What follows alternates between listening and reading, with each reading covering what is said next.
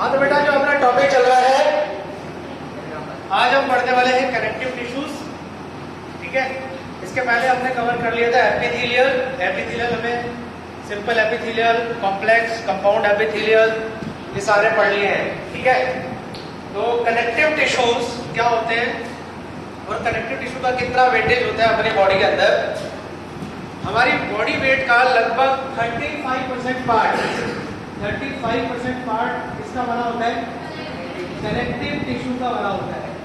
ठीक है, और कनेक्टिव टिश्यू के क्या क्या फंक्शंस होते हैं, why they are very important in our body. देखो इसके बहुत सारे मल्टीपल फंक्शन इसके अंदर प्रेजेंट होते हैं। इसके बहुत सारे मल्टीपल फंक्शन इसके अंदर प्रेजेंट है। तो क्या क्या फंक्शंस है? सबसे इंपॉर्टेंट फंक्शंस देखो, इसका नाम है जैसे कनेक्टिव टिश्यू। मतलब पहला फंक्शन जो इसका है ये कनेक्शन। क्या क्या दिख रहा है आपको यहाँ पर? Simple yes, connection. अब कनेक्शन कहाँ कहाँ पर होता है? जहां पे भी कनेक्शन आपकी बॉडी के अंदर है वहां पर कनेक्टिव टिश्यूज है। जैसे कि बोन टू बोन कनेक्शन, दोनों बोन्स के बीच में कनेक्शन कौन करता है? लिगामेंट। कौन करता है? लिगामेंट। तो लिगामेंट क्या हो गया? Connective tissues. ठीक है, बोन टू मसल्स, बोन और मसल्स के बीच में कनेक्शन का काम कौन कर रहा है? टेंडन। ठीक है, दूसरा लॉन्ग बोन जो होती है, जैसे कि यहाँ पर आप देख रहे हो ये वाली बोन्स हैं, इनके बीच में शॉक एब्जॉर्बिंग का काम कौन करता है? Connective tissue. इसका नाम है कार्टिलेज। कौन करता है? Cartilage. Even bone is a part of connective tissue. Bone क्या प्रोवाइड करती है? स्ट्रेंथ। क्या प्रोवाइड करती है? स्ट्रेंथ प्रोवाइड कर रही है। और एक इरेक्टाइल पोजीशन में आपको स्ट्रेट खड़ा रहने के लिए जो रिस्पॉन्सिबल है वो कौन है? बोन। ठीक है, बोन के अलावा कार्टिलेज क्या प्रेजेंट होती है? कार्टिलेज हमारी बॉडी के इंपॉर्टेंट ऑर्गन फॉर्म करती है, जैसे tip of the nose, ear, pinna, vocal cord. ठीक है, इसके अलावा जो ट्रैकिया के ऊपर सी शेप कार्टिलेज प्रेजेंट होती है वो भी कौन बना रहा है? ये कार्टिलेज। तो कार्टिलेज का जो फंक्शन होता है, इसका जो फंक्शन है स्ट्रेंथ प्रोवाइड करना। और मैक्सिमम एनिमल्स जो कि जैसे शार्क है, तो शार्क के अंदर बोन किसकी बनी होती है? कार्टिलेज की। हमारे अंदर एम्ब्रियोनिक कंडीशन में जो बोन्स होती है वो किसकी बनी होती है? कार्टिलेज की। और कार्टिलेज बाद में किस में कन्वर्ट हो जाती है? बोन में कन्वर्ट हो जाती है। समझ में आया बेटा?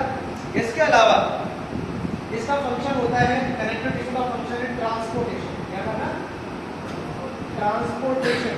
ट्रांसपोर्टेशन कौन करता है हमारी बॉडी में? ब्लड। तो ब्लड के अंदर ट्रांसपोर्टेशन होता है, फूड का ट्रांसपोर्टेशन, गैसेस का ट्रांसपोर्टेशन, मिनरल्स का ट्रांसपोर्टेशन।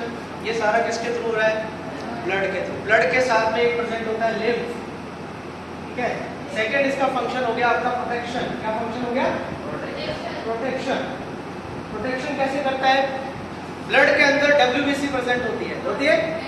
तो WBC क्या को हम क्या बोलते हैं? सोल्जर ऑफ द बॉडी बोलते हैं। तो किसी भी पैथोजन से अगर लड़ना हो तो WBC हमेशा तैयार रहती है ना। सेकंड इसका फंक्शन होता है वुंड रिकवर। क्या होता है? जब भी कभी हमारे चोट लग जाती है, कहीं पे भी चोट लगी बॉडी के अंदर, तो ब्लड में प्रेजेंट होती है प्लेटलेट्स। क्या प्रेजेंट है? प्लेटलेट्स। तो प्लेटलेट्स का फंक्शन क्या होता है? क्लोटिंग करना। आपने देखा होगा कि आफ्टर 15 मिनट्स ऑफ इंजरी जो ब्लड होता है वो क्लॉट हो जाता है, बॉडी से बाहर निकलना बंद हो जाता है। क्लियर? तो इसका फंक्शन कौन परफॉर्म कर रहा है? प्लेटलेट्स। ये भी किस में प्रेजेंट होती है? ब्लड में प्रेजेंट होती है। हाँ बेटा, हाँ मैं शुरुआत से स्टार्ट कर रहा हूँ एक बार, ठीक है, ताकि जो बच्चे नहीं आए थे वो भी एक थोड़ा सा इंट्रोडक्शन पार्ट देख लें इसका। तो कनेक्टिव टिश्यूज जो है इसका 35% हमारी बॉडी वेट के पार्ट के 35% पार्ट होता है कनेक्टिव टिश्यू। क्लियर? अब इसमें से मैक्सिमम फंक्शन कनेक्टिव टिश्यू के हैं। कनेक्टिव टिश्यू में बहुत सारे टिश्यू आते हैं, ब्लड आ गया, लिम्फ आ गया, एरिकुलर tissue, adipose tissues, reticular tissues, bone, cartilage, ये सारे आपके किस में आते हैं? अब इन सबको निकाल लो एक बार बॉडी में से, फिर देखो क्या बचेगा। तो सिर्फ इसके, ठीक है, और मसल्स। ठीक है बच्चों, तो अब नेक्स्ट हम यहाँ पे पढ़ते जा रहे हैं what are the components of connective tissue. Connective tissue के क्या क्या कंपोनेंट्स होते हैं, क्लियर? मतलब कनेक्टिव टिश्यूज किन किन कंपोनेंट से मिलकर के बने हुए होते हैं, ठीक है? तो लिख लो components of connective tissues. Components of connective tissue. तो अगर आप कंपोनेंट्स देखें कनेक्टिव टिश्यू के, they are made up of different types of elements और सेल्स, है ना? डिफरेंट टाइप्स ऑफ एलिमेंट्स और सेल्स से मिलकर के बने होते हैं। तो मैंने आपको बताया था लास्ट टाइम कि कनेक्टिव टिश्यूज के components it looks like a jungle. किसकी तरह नजर आते हैं? एक जंगल की तरह नजर आते हैं, ठीक है? अब इस जंगल में क्या होता है?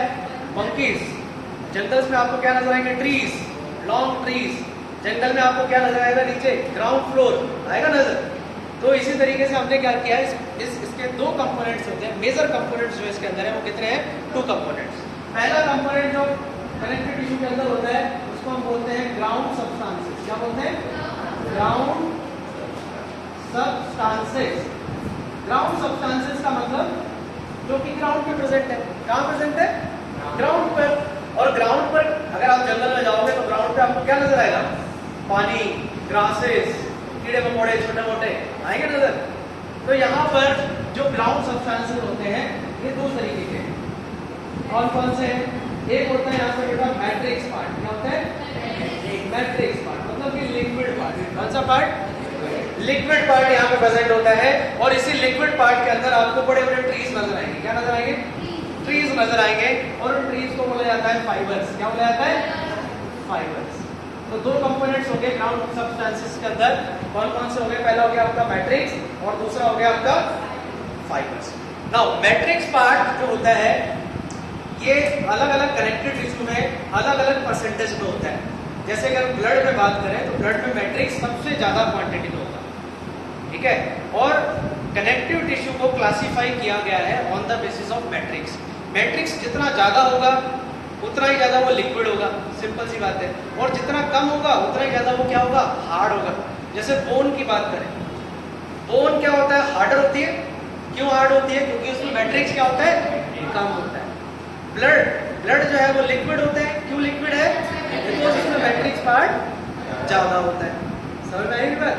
तो इस तरीके से हमने कनेक्टिव टिश्यू को 2 पार्ट्स में डिवाइड किया है। एक होता है dense connective tissue. Dense connective tissue का मतलब जिनमें मैट्रिक्स पार्ट कम होता है ना? और लिक्विड दूसरा होता है आपका लूज कनेक्टिव टिश्यू जिनमें मैट्रिक्स पार्ट ज्यादा होता है। समझ में आ रही है बात? और मैट्रिक्स किसका बना होता है? तो आप सबको पता है कि मैट्रिक्स के अंदर नो डाउट वाटर तो होता ही होता है सब में, बट और क्या क्या कंपोनेंट्स होते हैं वाटर के अलावा, ठीक है? तो यहाँ पर हमने लिखाया था जैसे कि ग्लाइकोप्रोटीन। क्या क्या होता है?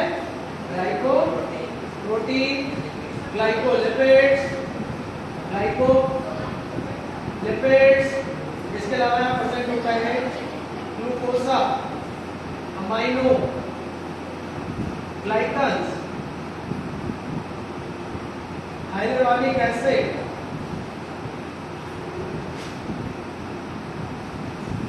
हाइलुरोनिक एसिड्स, ठीक है? और इसके अलावा भी और बहुत सारे कंपोनेंट्स यहाँ पे प्रेजेंट होते हैं। एक्सेट्रा लिखोगे, क्या लिखोगे? EDC। क्योंकि हमें ज्यादा इस पे ध्यान नहीं दे रहा है मैट्रिक्स पार्ट में, तो मैट्रिक्स पार्ट हमें याद रखेगा कि ये सारी चीजें मैट्रिक्स में आती है। इसके अलावा विटामिन, मिनरल्स, प्रोटीन, एंटीबॉडीज, है ना? वो सारी चीजें भी आपको किस में मिलेगी? मैट्रिक्स पार्ट के अंदर मिलेगी। क्लियर? नाउ इसके बाद में आते हैं फाइबर्स। तो जंगल में जो आपको फाइबर्स मतलब जो पेड़ नजर आएंगे वो यहाँ पर 3 तरीके के पेड़ होंगे। कितने होंगे? There are 3 types of trees in the jungle of connective tissues. First is white fibers. White fibers. और white fibers को बोला जाता है कोलेजन फाइबर्स। क्या बोला जाता है? Collagen fibres. सेकेंड इसमें प्रेजेंट होते हैं इलास्टिक फाइबर्स। और इलास्टिक फाइबर को बोला जाता है येलो फाइबर्स। और थर्ड जो सबसे इंपॉर्टेंट फाइबर है वो है आपका रेटिकुलर फाइबर। Reticular fibres. ठीक है बच्चों, तो ये 3 तरीके के फाइबर्स आपको कनेक्टिव टिश्यू के अंदर मिलेंगे, बट ये सभी कनेक्टिव टिश्यू में नहीं होते हैं। ठीक है, मैं लिखवा रहा हूँ टाइप्स ऑफ फाइबर्स है जो हमें आगे पढ़ने हैं, बट ये सभी कनेक्टिव टिश्यू में नहीं होते हैं। क्लियर? तो वाइट फाइबर्स कैसे नजर आते हैं? देखो नाम से पता चल रहा है वाइट है, बट इसका स्ट्रक्चर कैसे होता है? ये होता है इनइलास्टिक। इनइलास्टिक का मतलब जिसको खींचा नहीं जा सकता। दूसरा, इसमें स्ट्रेंथ बहुत अच्छी होती है। स्ट्रेंथ का मतलब हाँ, अपन इसको ऐसे खींचेंगे तो ये टूटेगा नहीं। ठीक है, एक्चुअल में फाइबर्स होते क्या है? Fibres are the proteins. क्या होते हैं एक्चुअल में? प्रोटीन्स होते हैं। प्रोटीन्स के बने हुए बंडल्स होते हैं। ठीक है, प्रोटीन क्या होता है? प्रोटीन क्या है? एक ऑर्गेनिक कंपोनेंट्स जो हम खाते हैं ना। यस, तो एक्चुअल में हमारी बॉडी का है, हमारी बॉडी का मैक्सिमम पार्ट प्रोटीन का बना होता है। अगर आप प्लाज्मा मेम्ब्रेन आपने पढ़ा होगा तो प्लाज्मा मेम्ब्रेन में 70 to 75% पार्ट किसका बना है? प्रोटीन का बना है। और हमारी बॉडी में कितनी प्लाज्मा मेम्ब्रेन? सारा प्लाज्मा मेम्ब्रेन का तो बना है कि बना है? हर एक सेल जिसमें प्लाज्मा मेम्ब्रेन होती है उसमें प्रोटीन होगा नहीं होगा? होगा। तो आपने देखा होगा कि स्किन के नीचे जब कभी हमारे चोट लग जाती है तो एक व्हाइट कलर की लेयर निकलती है। ठीक है, तो एक्चुअल में वो कौन सी किसकी बनी होती है? व्हाइट फाइबर की बनी होती है, और वो हमारी बॉडी को स्ट्रेंथ प्रोवाइड करती है। स्ट्रेंथ का मतलब इलास्टिसिटी। आप अपनी स्किन को खींच के देखो, कितना खींच पा रहे हो? नहीं खींच पा रहे? क्या ये ब्रेक हो रही है? बट जैसे जैसे आप ओल्डर होते जाते हो, ओल्डर का मतलब जैसे जैसे बुढ़ापा आता जाएगा वैसे वैसे स्किन लटक जाएगी, लटक जाती है ना। उसका रीजन ये होता है कि इनका ब्रेक डाउन हो जाता है, कि ये ब्रेक हो जाते हैं, इनकी स्ट्रेंथ कम हो जाती है। स्ट्रेंथ कम हुई तो ये क्या हो जाएंगे? लूज हो जाएंगे। और जब लूज हो गए तो स्किन क्या हो जाएगी? पल्पी स्किन, जिसको हम बोलते हैं, ऐसे लटक जाएगी नीचे की तरफ और ऐसे झुर्रियां पड़ने लग जाएगी। अभी आप जवान हो तो आपकी जो स्ट्रेंथ है ना, फाइबर की स्ट्रेंथ, वो भी क्या है? अच्छी खासी है ना। पर जैसे जैसे आप ओल्ड होते जाओगे आपके स्किन में भी रिंकल्स आते जाएंगे। अब रिंकल्स क्यों आते हैं? वो इसी की वजह से आते हैं, व्हाइट फाइबर्स की वजह से। ठीक है, तो जोर से बोलो बेटा, क्या कह रहे हो? प्रोटीन कम नहीं होता, प्रोटीन की स्ट्रेंथ कम हो जाती है। स्ट्रेंथ का मतलब जिस बॉन्डिंग होती है ना उनके बीच में, वो बॉन्डिंग ब्रेक हो जाती है और स्ट्रेंथ कम हो गई। जैसे एक रस्सा है सपोज, अब वो कई सालों से रस्सा एज इट इज है, तो धीरे धीरे वो क्या स्टार्ट हो जाएगा? उसका डिग्रेडेशन होगा, गलना स्टार्ट हो जाएगा, और एक टाइम के बाद में वो ब्रेक भी हो जाएगा। होता ही नहीं होता। तो हर एक चीज की लिमिट है। ऐसा नहीं है कि आप अमर हो, अनलिमिटेड कुछ नहीं है इस लाइफ। ठीक है, जो भी चीज है उसका एक ना एक दिन क्या होगा? डिग्रेडेशन होगा। ऑक्सीडेशन है एवरीवेयर, सब जगह ऑक्सीडेशन। ठीक है बेटा, और जहां पे भी ऑक्सीडेशन है वहां पर क्या होगा? चीजें क्या होती है? ब्रेक होगी, सिंपल। तो ये व्हाइट फाइबर्स जो होते हैं ये हमेशा आपको एक बंडल्स की फॉर्म में नजर आएंगे। कैसे नजर आएंगे बेटा? बंडल्स की फॉर्म में नजर आएंगे। ये होते हैं स्ट्रेट, सिंगल और बंडल्स की फॉर्म में ऐसे नजर। ठीक है, क्लियर? जबकि इलास्टिक फाइबर्स होते हैं, इनमें इलास्टिसिटी होती है। क्या होती है? इलास्टिसिटी। और इलास्टिसिटी की वजह से इनको इजीली क्या किया जा सकता है? खींचा जा सकता है। जैसे कि आपकी आर्टरीज के अंदर अच्छी खासी इलास्टिसिटी होती है, आप उसको खींच सकते हो, ऐसे छोड़ोगे तो वापस वहीं आ जाएगा। रिकॉइलिंग पावर बोलते हैं इसको। क्या बोलते हैं? Recoiling power. एक रबड़ जो होती है ना, रबड़ को आप ऐसे खींचते हो, यहाँ पे लाके छोड़ दो, फिर वापस वो क्या करेगी? अपनी जगह पे चली जाएगी। इसको बोलते हैं इलास्टिसिटी। तो इलास्टिसिटी किसकी वजह से है? इलास्टिक फाइबर की वजह से। और इलास्टिक फाइबर जो होते हैं ये होते हैं सिंगल और ब्रांच। कैसे होते हैं? सिंगल और ब्रांच होते हैं। और कहाँ प्रेजेंट होते हैं ये हम बाद में बात करेंगे। अभी मैंने आपको एक एग्जांपल दिया आर्टरीज का, ठीक है। और ये बहुत जल्दी से ब्रेक नहीं होते हैं। आपने देखा होगा जो ममीज होती है पिरामिड, है ना, ममीज के अंदर आर्टरीज हमेशा प्रिजर्व रहती है। आर्टरीज क्या होती है? हमेशा काफी लंबे टाइम तक प्रिजर्व रहती है, वो खराब नहीं होती है। क्यों नहीं होती है? क्योंकि इसके अंदर क्या प्रेजेंट होता है? इलास्टिक फाइबर्स इंटैक्ट बनी रहती है इसकी एज इट इज, ठीक है। दूसरा होता है आपका रेटिकुलर फाइबर्स। रेटिकुलर फाइबर्स जो होते हैं इनका स्ट्रक्चर होता है नेटवर्क लाइक। कैसा स्ट्रक्चर होता है इनका? नेटवर्क की तरह ये नजर आएंगे, ये ऐसे नजर आएंगे नेटवर्क, ठीक है। इंटरवूवन बोलते हैं इसको, मतलब एक दूसरे से कनेक्शन जो होता है, एक दूसरे से कनेक्टेड होते हैं। क्लियर? तो ये जो मैं आपको बता रहा हूँ ये एक्चुअल में कंपोनेंट्स है किसके, कनेक्टिव टिश्यू के। तो अभी हमने एक ही कंपोनेंट्स पढ़ा है, ग्राउंड सब्सटेंसेस। ग्राउंड सब्सटेंसेस में दो चीजें होती है, होता है मैट्रिक्स और दूसरा होता है यहाँ पर फाइबर्स। ठीक है, अब नेक्स्ट जो हम चीज पढ़ने वाले हैं, भाई इन सबको बनाता कौन है। ये जितना भी आप पार्ट देख रहे हो मैट्रिक्स में और फाइबर में, इन सबका फॉर्मेशन करता कौन है। तो जंगल के अंदर कुछ मंकीज होते हैं, क्या होते हैं, मंकीज। एंड बड़ी हैरानी की बात है कि मंकीज यहाँ पे पेड़ बना रहे हैं, है ना। और कौन कौन से मंकीज है वो हम यहाँ पे देखने वाले हैं। तो उन मंकीज को हमने एक नाम दे दिया, क्या, स्पेशलाइज्ड सेल्स। क्या नाम दे दिया, स्पेशलाइज्ड, जोर से बोलो, सेल्स। तो ये बहुत सारी स्पेशलाइज्ड सेल्स जो कनेक्टिव टिश्यू के अंदर प्रेजेंट होती है। पहली सेल्स जो इन सब का फॉर्मेशन करती है, वाइट फाइबर का, इलास्टिक फाइबर का जो फॉर्मेशन करती है, उस सेल का नाम है फाइब्रोब्लास्ट सेल्स। क्या नाम है बेटा, फाइब्रोब्लास्ट सेल्स। ये फाइब्रोब्लास्ट सेल्स जो है आपको स्टार शेप में नजर आएगी। कैसे नजर आएगी, स्टार शेप, स्टार शेप, है ना। और इसके दो फंक्शंस होते हैं। पहला फंक्शन है इसका फॉर्मेशन ऑफ मैट्रिक्स। क्या फंक्शन है इसका, formation of matrix and formation of fibre, समझ में आ गया बच्चों यहाँ तक। क्या क्या फंक्शन है इसके, दो functions, formation of matrix and formation of fibre. मतलब ये वो सेल है जो कि फाइब्रो, वाइट फाइबर और इलास्टिक फाइबर का फॉर्मेशन करती है। यही वो सेल है जो ये मैट्रिक्स का फॉर्मेशन करती है। क्लियर है। सेकंड, ये जो रेटिकुलर फाइबर्स होता है, इसका फॉर्मेशन ये नहीं करती है, इसका फॉर्मेशन करती है रेटिकुलर सेल्स। कौन करती है, रेटिकुलर सेल्स। और इसका शेप होता है ब्रांच। कैसा शेप होता है, ब्रांच शेप होता है। और ये फॉर्म करती है formation of yes reticular fibres. इसका फॉर्मेशन करती है रेटिकुलर फाइबर्स का फॉर्मेशन करती है। समझ में आया यहाँ तक सबको, क्लियर है ना। अब हम सेल्स और पढ़ रहे हैं, तो बाकी की रिमेनिंग सेल्स कौन कौन से इसके अंदर प्रेजेंट होती है। ठीक है,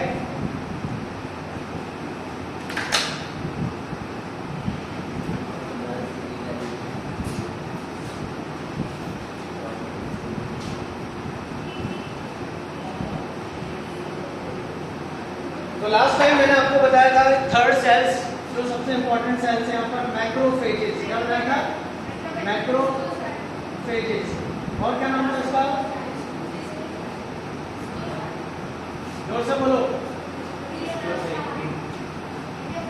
इरिथ्रोसाइट्स। हाँ, हिस्टोसाइट्स, वेरी गुड, हिस्टोसाइट। और प्लाज्मेटोसाइट, देखो बेटा ये नाम, ये सेल्स बहुत ज्यादा इंपॉर्टेंट सेल्स है। मैक्रोफेजेस का फंक्शन होता है पूरी बॉडी को क्लियर आउट करना।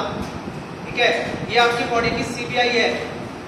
मतलब ये क्या करती है, अगर कोई फॉरेन पार्टिकल गलती से आपकी बॉडी में एंटर हो गया तो ये क्या करेगी, एंटी टेररिस्ट का काम करती है। हाँ, जैसे हमारे यहाँ पर होते हैं एंटी टेररिस्ट फोर्स, तो ये एंटी टेररिस्ट का काम करती है। मतलब ये पैथोजेंस को क्या कर देगी, बिल्कुल निकल जाएगी, खा जाएगी, इनगल्फ करना। ठीक है, तो इसका फंक्शन होता है फैगोसाइट। क्या फंक्शन होता है इसका, phagocyte. Yes, foreign cells. Foreign cells का मतलब जैसे कि पैथोजेंस, पैथोजेंस को क्या कर लेती है, इनगल्फ कर लेती है। ठीक है, दूसरा ये अपना साइज भी चेंज करती है। क्या चेंज करती है, इसका साइज जो होता है वो अमीबॉइडल होता है। कैसा होता है, अमीबॉइडल। अमीबॉइडल का मतलब ये अमीबा की तरह नजर आती है, जैसे इरेगुलर शेप में। कैसा शेप है इसका, इरेगुलर शेप में नजर आएगी। और इसमें प्रेजेंट होते हैं लाइसोसोम्स। क्या प्रेजेंट होते हैं, लाइसोसोम का फंक्शन क्या होता है, सुसाइडल बैकबोन बोलते हैं उसको। उसका एक और फंक्शन होता है वो इंटरसेलुलर डाइजेशन का भी काम करता है। सेल के अंदर डाइजेशन का काम करता है। तो कोई भी बैक्टीरिया जब इसके कांटेक्ट में आता है, कोई भी पैथोजन जब इसके कांटेक्ट में आता है, तो ये क्या करती है, पैथोजन को चारों तरफ से घेर लेती है। इसकी मेम्ब्रेन जो होती है ना फ्लेक्सिबल होती है, ये क्या करेगी, पैथोजन को क्या कर लेगी, इनगल्फ कर लेगी, ऐसे ये इनगल्फ कर लेगी पैथोजन को, और इनगल्फ करने के बाद ये कहाँ जाएगी, अंदर, और अंदर आने के बाद यहाँ पर जो लाइसोसोम्स होते हैं ये इसका डाइजेशन चालू कर देते हैं बैक्टीरिया। समझ में आ गया? देखो इसको हिस्टोसाइट भी बोला जाता है। एक्चुअली ये ब्लड आपको मिलती है ब्लड में, कहाँ मिलती है, macrophages are present in blood, but जब भी ये टिश्यू लेवल में आएगी, कहाँ आएगी, टिश्यू में आएगी। जैसे कि ब्लड कहाँ प्रेजेंट होता है, आर्टरीज के अंदर, आर्टरीज के अंदर होता है ना, तो अगर आर्टरीज से ये सेल्स निकल के बाहर आ गई, टिश्यू में आ गई, तो हम इसको क्या बोलेंगे, हिस्टोसाइट और मैक्रोफेजेस। ब्लड के अंदर इसके अलग अलग नाम होते हैं। ब्लड के अंदर इसको न्यूट्रोफिल भी बोला जाता है। क्या बोला जाता है, न्यूट्रोफिल। ब्लड के अंदर इसको मोनोसाइट भी बोला जाता है, बस, ठीक है, मोनोसाइट। तो ये दोनों सेल्स होती है, मैक्रोफेजेस का काम करती है। समझ में आ गया बेटा सबको? ठीक है। नेक्स्ट सेल्स जो हम यहाँ पढ़ेंगे वो है आपकी प्लाज्मा सेल्स। कौन सी सेल्स है, प्लाज्मा सेल्स। प्लाज्मा सेल्स जो होती है ये एक्चुअल में लिम्फोसाइटिक सेल्स होती है। क्या होती है,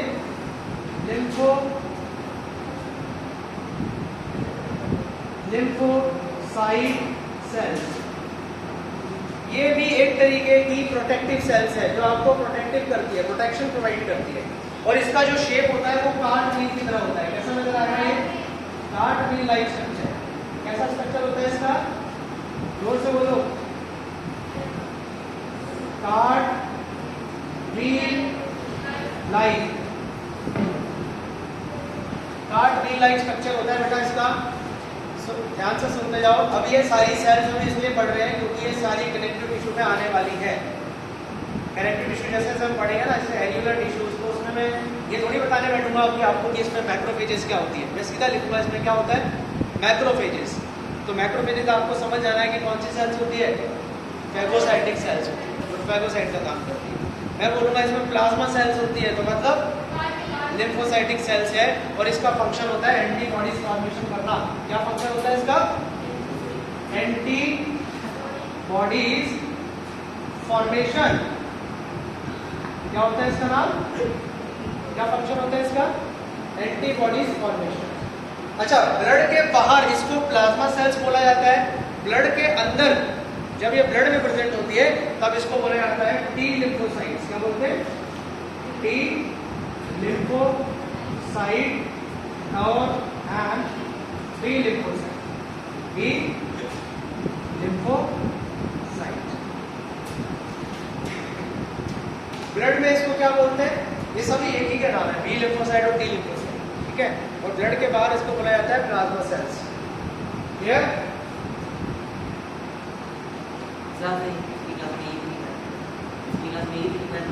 और लिखवा रहा हूँ ना बेटा, अभी खत्म थोड़ी हुआ है, अभी बहुत सारी सेल्स है। सर वापस से ये लिखिए प्लाज्मा सेल्स। प्लाज्मा सेल्स के बाद में नेक्स्ट सेल्स है आपकी fifth cells, mast cells. Mast cells, ठीक है। और मस्ट सेल्स जो होती है ये एंटी एलर्जिक होती है, मतलब कि जब भी एलर्जी होगी तब ये इंक्रीज होगी। कब इंक्रीज होगी, एलर्जी के टाइम पे। यस, क्या हुआ, ये होती है एंटी एलर्जिक सेल्स। कौन सी होती है बेटा, anti allergic cells, mast cells, ठीक है। और मस्ट सेल्स एक केमिकल सीक्रेट करती है। कि केमिकल कौन कौन से हैं, इसका फंक्शन होता है एंटी इन्फ्लामेशन। एंटी मतलब ये इन्फ्लामेशन कॉज करती है, बिकॉज इन्फ्लामेशन कॉज करती है। और क्यों कॉज करती है, इन्फ्लामेशन का मतलब क्या होता है, जैसे कि आइस का रेड होना, स्वेलिंग आ जाना किसी जगह पर, या इचिंग होना, ये सब किसकी वजह से होता है, मस्ट सेल्स की वजह से होता है। क्योंकि ये 3 केमिकल सीक्रेट करती है और इन केमिकल्स कौन कौन से होते हैं? Secrets chemicals, and these chemicals are, first one is histamine, second is heparin, and third is serotonin. ठीक है, तो हिस्टामिन जो होती है ये होता है आपका हिस्टामिन वैसो डायलेटर। क्या होता है? Vaso dilator. हेपरिन क्या होता है? Anti coagulant. और सेरोटोनिन क्या होता है? वैसो कंस्ट्रिक्शन का काम करता है। इसका नाम करते हैं वैसो कंस्ट्रिक्शन का। हिस्टामिन वैसो डायलेटर का मतलब क्या होता है कि जब भी आपके ब्लड कोई इन्फेक्शन होता है स्किन में, जैसे कोई बैक्टीरिया या पैथोजन आपकी स्किन के थ्रू एंटर करता है, तब ये सेल्स की केमिकल रिलीज करके और यहाँ पर रिलीज होता है हिस्टामिन। जब हिस्टामिन रिलीज होगा तो ये वैसो डायलेटर का काम करेगा। वैसो डायलेटर का फंक्शन क्या होता है? ब्लड वेसल्स को डायलेट करना। और जब ब्लड वेसल्स डायलेट होंगे तो वहाँ पर मैक्सिमम क्वांटिटी में ब्लड पहुँचेगा नहीं पहुँचेगा? जैसे सपोज करो कि मैंने पहले भी आपको बताया था कि अगर कोई टेररिस्ट हमारे इंडिया में किसी एक लोकेशन पर हमला करते हैं तो क्या होगा? चारों तरफ की जो आर्मी होती है उस जगह पर जाने की कोशिश करेगी नहीं करेगी, है ना? और आर्मी के लिए रास्ता बनाया जाता है, बाकी सारी सेल्स को पीछे हटा देते हैं। जैसे हमारे यहाँ पर उदयपुर की अगर हम बात करें तो यहाँ पर अगर कोई बाई चांस ऐसा कोई हमला हो जाए, है ना, तो क्या होता है? लोगों को पीछे कर दिया जाता है और आर्मी क्या कर देती है? जगह को एक्वायर कर लेती है। सेम एज इट इज यहाँ पर जैसे कोई पैथोजन आपकी बॉडी में एंटर हो गया और आपकी जो इम्यून सिस्टम है उसको पता चल गया तो वो क्या करेगा? वैसो डायलेटर का काम करेगा। मतलब कि वहाँ पर मैक्सिमम क्वांटिटी में ब्लड को सेंड करेगा। क्यों सेंड करेगा? क्योंकि ब्लड में होती है WBC, तो उसको रोकने की कोशिश करेगी। समझ में आई मेरी बात? तो इसका काम कौन करता है? इसका। दूसरा है हेपरिन। आपका जो ब्लड है वो हमेशा फ्लूइड क्वांटिटी में रहता है। बॉडी के अंदर हमेशा क्या रहेगा? Liquid quantity. और जैसे ही बॉडी से बाहर आता है तो विद इन 15 मिनट ब्लड क्या हो जाता है? कोगुलेट हो जाता है। क्लियर? तो ब्लड के अंदर वो फ्लूइड क्यों है? बॉडी के अंदर वो फ्लूइड क्यों है? बॉडी के बाहर वो कोगुलेट हो जाता है ड्यू टू हेपरिन। हेपरिन जो है वो कंटिन्यूसली क्या करता है? ब्लड को लिक्विड स्टेट के अंदर रखता है। और थर्ड होता है आपका सेरोटोनिन, जो वैसो कंस्ट्रिक्शन का काम करता है। बाई चांस अगर आपके कभी कोई ज़्यादा कट लग जाता है बॉडी के अंदर तो आपकी बॉडी ब्लड लॉस से बचती है, अपने आप को बचाती है। ठीक है, वो बचाती कैसे? अगर कट लग गया तो ब्लड सारा बाहर भी तो निकल सकता है, बट वैसो कंस्ट्रिक्शन की वजह से ब्लड वेसल्स क्या हो जाता है? कॉन्स्ट्रिक्ट हो जाता है। और कॉन्स्ट्रिक्शन की वजह से ब्लड फ्लो एरिया में क्या हो जाता है? कम हो जाता है। क्लियर? ब्लड फ्लो कम हो जाता है तो ब्लड जो है वो थोड़ा कम हो जाएगा। उसके बाद आप उसके ऊपर जो भी फर्स्ट ट्रीटमेंट जो भी लोगे उसके बाद ब्लड क्या हो जाएगा? पूरी तरीके से रुक जाएगा। ठीक है, तो ये इसके इंपॉर्टेंट फंक्शन है। क्लियर है यहाँ तक सबको? नाउ नेक्स्ट और क्या कौन कौन सी सेल्स होती हैं?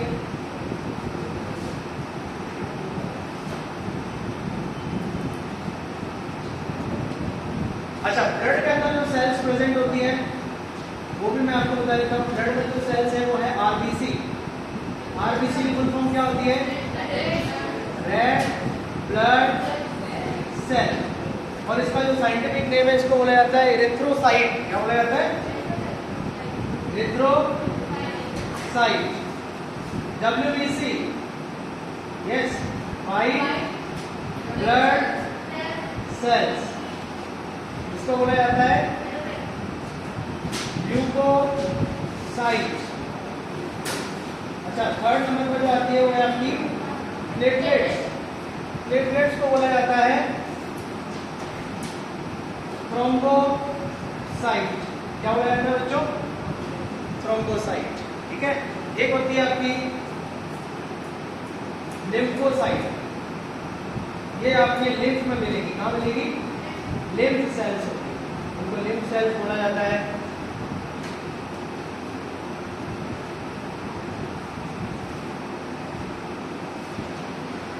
Lymph cells. नेक्स्ट है एडिपोज सेल्स, एडिपोज सेल्स, इसको लिम्फोसाइट भी बोलते हैं। क्या बोलते हैं? लिम्फोसाइट। और ये एडिपोज सेल्स के अंदर फैट स्टोर होता है। क्या स्टोर होता है? फैट स्टोरेज का फंक्शन होता है इसका, फैट स्टोरेज,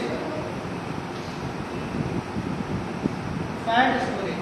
और ये आपको नजर आएगी सिगरेट रिंग की तरह। सिगरेट रिंग का मतलब जो आप अंगूठी पहनते हो उसकी तरह आपको नजर आएगी। इसका न्यूक्लियस बाहर की तरफ होता है ऐसे, और अंदर इसमें प्रेजेंट होते हैं फैट। यहाँ पर क्या प्रेजेंट होता है? यस, ये सारा फैट प्रेजेंट है। ये इस तरीके का नजर आएगा सिगरेट रिंग की तरह। न्यूक्लियस इसका थोड़ा सा बाहर की तरफ रहेगा, और सेंटर में जो साइटोप्लाज्मा वाला एरिया होता है उस पूरे एरिया में क्या प्रेजेंट रहेगा? Fat globule. क्या प्रेजेंट रहेगा? फैट ग्लोब्यूल प्रेजेंट रहेगा। इसको बोलते हैं एडिपोसाइट सेल्स। कौन सी सेल्स है ये फैट स्टोरेज का काम करती है। इसका काम करती है फैट स्टोरेज। क्लियर? चलो नेक्स्ट है,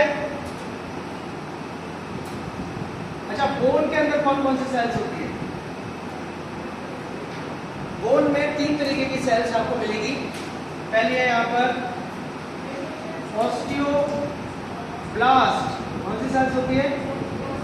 ऑस्टियोब्लास्ट सेल्स। ये होती है bone forming cells, bone forming cells. ये बोन बनाती है। क्या करती है? बोन का फॉर्मेशन करती है। ठीक है, बोन सेल्स का फॉर्मेशन करती है। दूसरा होती है आपकी ऑस्टियोसाइट। ऑस्टियोसाइट ये होती है mature bone cells, mature bone cells. और एक होती है osteoclast, osteoclast bone reforming cells, bone reforming cells. ये बोन सेल्स होती है जो बोन में प्रेजेंट होती है। इसी तरीके से कार्टिलेज में भी प्रेजेंट होती है। कार्टिलेज में जो सेल्स होती है इनको बोलते हैं अपन कॉन्ड्रियोब्लास्ट और कॉन्ड्रियोसाइट, कॉन्ड्रियोसाइट।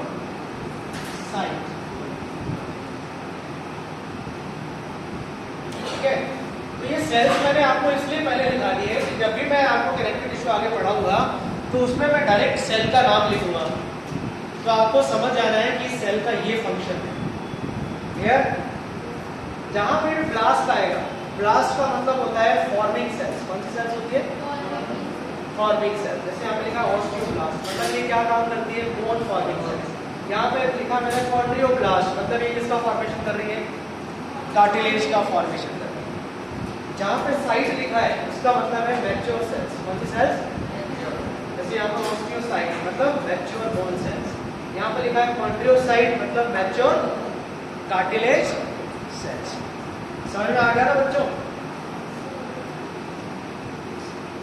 देखो ये मेहनत तुम्हारे लिए कर रहा हूँ, ये तो मुझे कोई फायदा नहीं है इसमें। मैं डायरेक्ट पॉइंट पे आऊंगा अभी और सारा पढ़ा के चला जाऊंगा। ये सेल्स स्पेसिफिक है क्योंकि ये एग्जाम में आती है। बोन सेल्स के नाम पूछे जाते हैं। Write down the types of bone cells और उनके क्या क्या फंक्शंस होते हैं। तो आपको ये तीनों बोन सेल्स याद होनी चाहिए। बोन सेल्स क्या है? इनके पूछे जाते हैं आरबीसी, डब्ल्यूबीसी, प्लेटलेट्स, इनके फंक्शंस और सेल्स। ठीक है, अभी तो डब्ल्यूबीसी मैंने नाम लिखा है। डब्ल्यूबीसी 5 तरीके की है। जब हम ब्लड पढ़ेंगे तो हम डब्ल्यूबीसी के टाइप्स भी देखेंगे।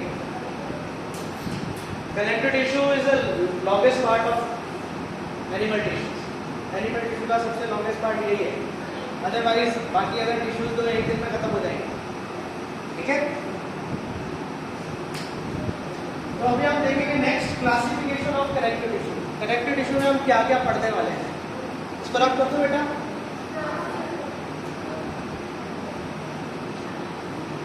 तो क्लासिफिकेशन देख लेते हैं इसका।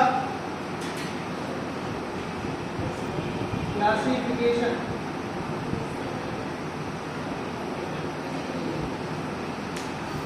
तो जैसे मैंने आपको पहले बताया कि हमने यहाँ पर जो कनेक्टिव टिश्यूज है इनको हमने दो मेजर पार्ट में डिवाइड कर दिया। कितने पार्ट में डिवाइड किया? 2 मेजर पार्ट। किसके बेसिस पर? मैट्रिक्स के बेसिस पर। किसके बेसिस पर डिवाइड किया? मैट्रिक्स। अगर मैट्रिक्स ज्यादा है तो हम बोलेंगे लूज कनेक्टिव। क्या बोलेंगे? कनेक्टिव। और अगर मैट्रिक्स कम है तो हम क्या बोलेंगे? Dense connective. Dense connective. तो लूज कनेक्टिव टिश्यू के अंदर कौन कौन से टिश्यूज आते हैं? लूज कनेक्टिव टिश्यू के अंदर हम पढ़ेंगे सबसे पहले एरियोलर कनेक्टिव टिश्यूज। कौन सा पढ़ेंगे?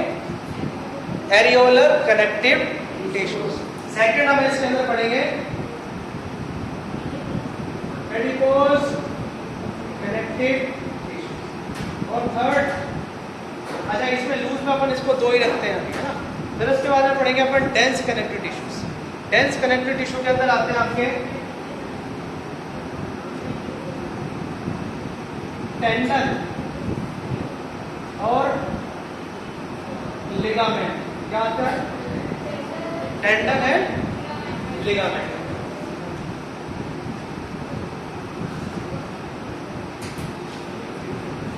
ठीक है।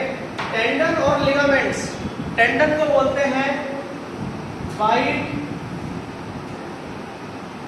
Collagen cord. क्या बोलते हैं इसको? कोलेजन की कॉर्ड्स होती है, कॉर्ड होती है।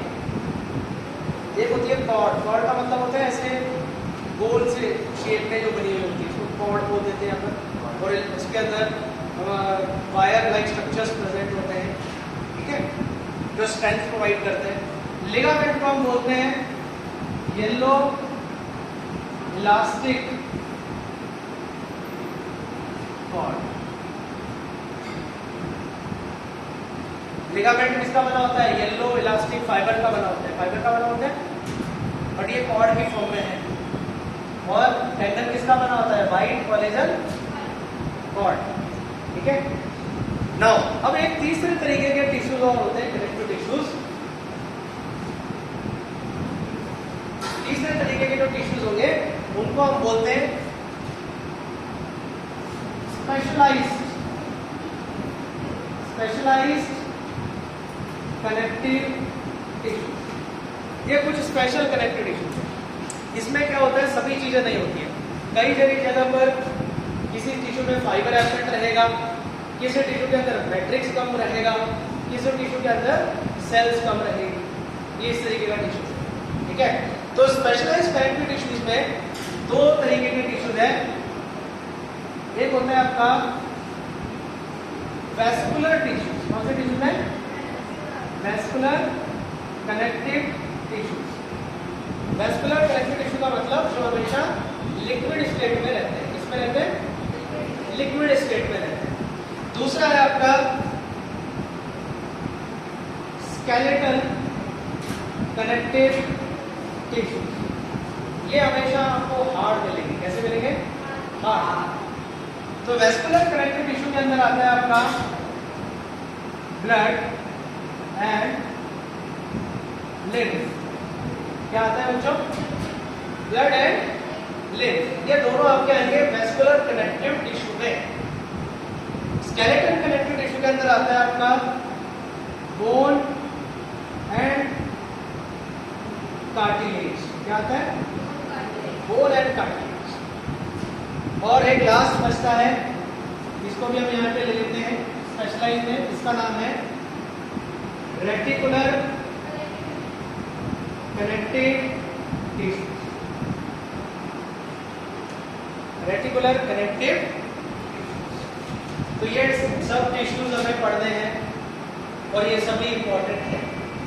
इनको आप सस्ते में मत ले लेना कि एरियोलर नहीं पढ़ना है, एडिपोज नहीं पढ़ना है, या ये नहीं पढ़ेंगे टेंडन और लिगामेंट। ये तो इंपॉर्टेंट है दोनों। इनके ऊपर तो क्वेश्चन आता ही आता है। टेंडन और लिगामेंट में क्या डिफरेंस होता है, ब्लड के क्या फंक्शन होते हैं, लिम्फ के क्या फंक्शन होते हैं, लिम्फ किसको बोलते हैं, ठीक है, बोन और कार्टिलेज में क्या डिफरेंस होता है, ये सारे कनेक्टिव टिश्यूज है बच्चों। क्या है? Connective tissues. क्लियर? तो एक एक करके चालू करते हैं। सबसे पहले हम लेंगे लूज कनेक्टिव टिश्यू को, जिसमें आता है आपका एरियोलर कनेक्टिव।